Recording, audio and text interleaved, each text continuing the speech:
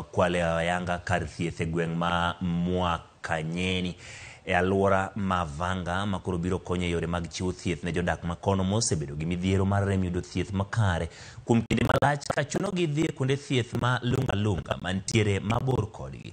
Koloso e kinde yawa yanga kar thieth no, gavana Makwale Fatuma Shani owacho ni kar thieth no ni kod nyalo machiwo thieth makare ne jodak moingo 150 modak e gwengego ahinya kinde ma mine mathoth ne bedo kod pek mar dhi kuonde thieth mantiere maboyo e kinde magi pek. Jatend migawo ma mwandu mag Nam Salim Mvurya wacho ni piny owacho biro rakore kendo tiyo kanyakla gi sirikal kaunti Makwale mar medo nyayo dongruok e kaunti no.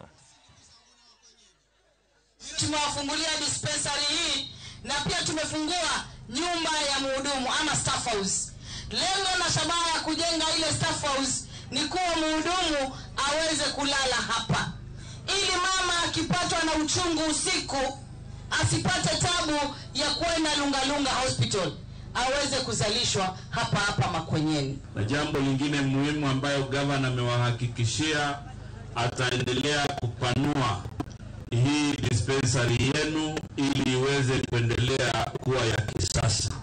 Mimi nataka kumpongeza gavana kwa sababu ya huu mradi. Sisi tunataka tuseme kwamba asante sana kwa hii dispensary, kwa sababu watu wa hapa walikuwa wakikosa kuenda Lungalunga ni waende Godo na hapa ni mbali sana. Mtu Makwenyeni hawezi kwenda tena Lungalunga kule. Ni kweli si kweli? Ataenda Lungalunga maradhi ya kimzidi zaidi.